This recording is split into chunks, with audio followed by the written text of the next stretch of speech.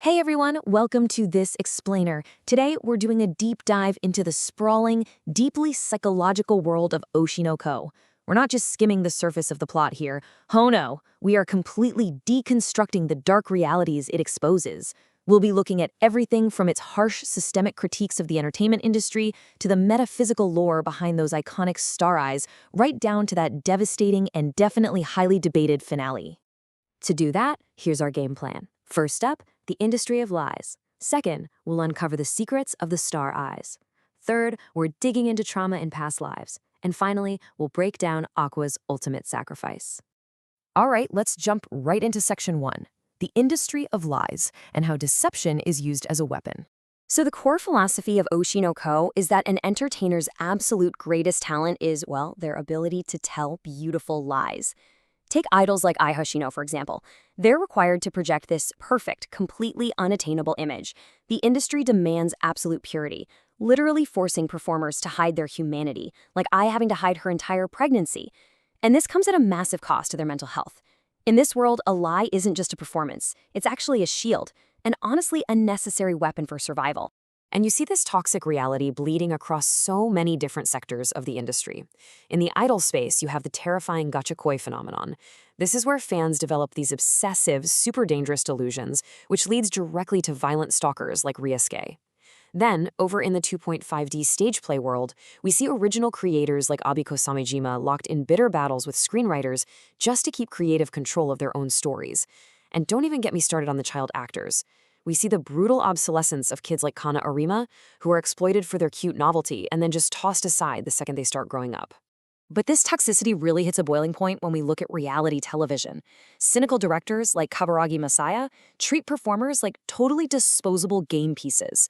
They prioritize engagement metrics way over actual human lives.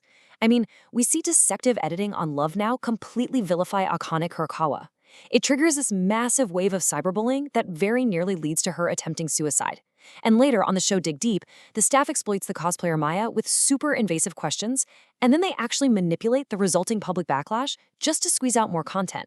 The whole media ecosystem is just inherently predatory. But here's the wild part.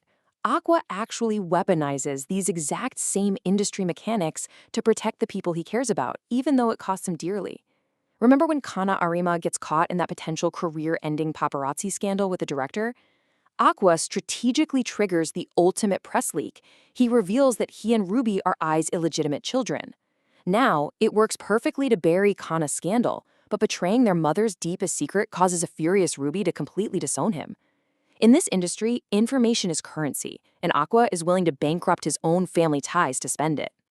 That brings us to Section 2, Secrets of the Star Eyes, and how they visualize the soul. Fans and analysts have spent a lot of time decoding this visual juxtaposition.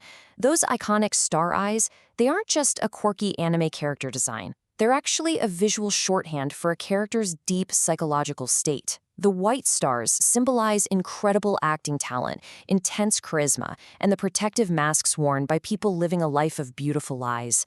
But when those stars turn black, that represents a fundamentally broken psyche.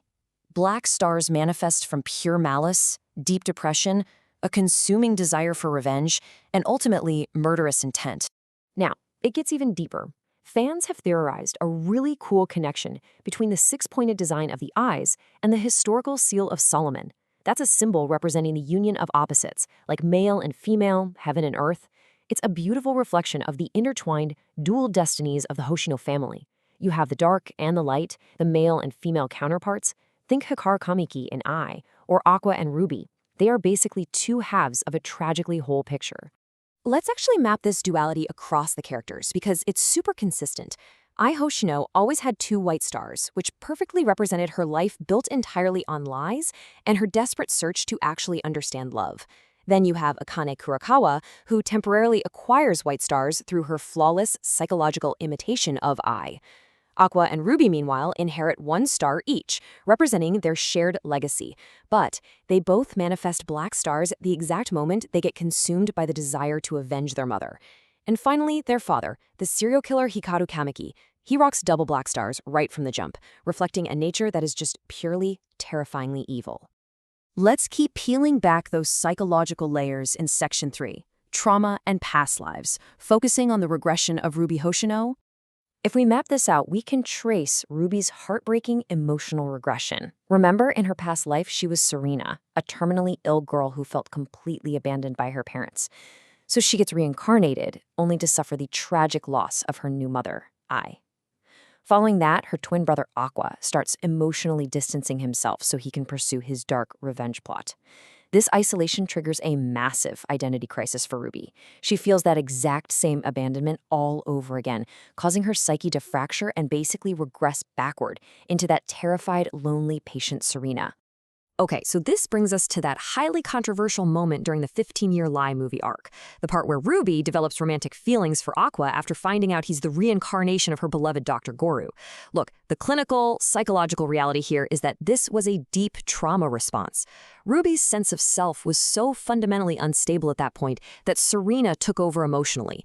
She was desperately clinging to the only adult she ever trusted in her past life. Thankfully, as Ruby stabilizes and merges her past and present identities, this trauma response heals completely, and those feelings naturally fade back into a genuine protective sibling bond. Which leads us to our final act, Section 4, Aqua's ultimate sacrifice, and severing the chain of hatred. Literally everything Aqua has done leads to him producing the 15-Year Lie movie. The whole point is to expose the truth of his mother's life and draw his father out of hiding. Interestingly, in the film itself, Ruby's character actually forgives their father, a narrative choice Aqua hopes will just end the bloodshed. But Hikaru Kamiki cannot be saved. In a really dark twist, he manipulates a former idol, Nino, into attempting to stab Ruby on Christmas Eve. But Aqua and Akane are ready for it. Akane, flawlessly cosplaying as Ruby, springs a trap on Nino, officially exposing that Hikaru is still out there pulling strings from the shadows. And this leads to Aqua's final, devastating master plan. He knows the legal system isn't going to touch a mastermind who only uses proxies. So, Aqua privately confronts his father. In a shocking move, Aqua intentionally stabs himself, creating a fake crime scene that frames Hikaru as the direct attacker. Then, while he's bleeding out, Aqua grabs his father and pulls him right off a cliff into the sea below. Both men drown. Aqua literally weaponizes his own death to ensure this cycle of revenge dies with them. Just one life was sacrificed by choice. Aqua gave up his entire second chance at living just to ensure that Kamiki's crimes were permanently exposed. But more importantly, he did it to guarantee that his sister Ruby would never, ever have to bear the public stigma of being a murderer's sister. He took all that darkness upon himself so she could finally stand in the light. The aftermath of this sacrifice is incredibly bittersweet. Honestly, it's almost hollow. Aqua's body is recovered and they hold a funeral. A completely heartbroken Kana Arima slaps his corpse in raw grief, just furious that he abandoned them. Ruby is completely devastated, but she fully embraces Ai's persona. She lies to herself and the whole world that she is a happy idol, finally achieving their shared dream of performing at the Tokyo Dome. But right at the end, in a supernatural twist, that mysterious crow girl approaches Akane.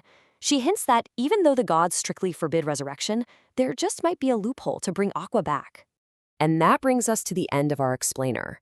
Aqua lived his entire reincarnated life surrounded by lies and revenge, and his death was his final, tragic performance. But I want to leave you with a question to consider.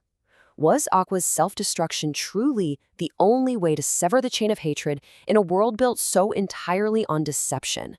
Could there have been any other way to save Ruby? It is a deeply haunting question that lingers way past the final chapter.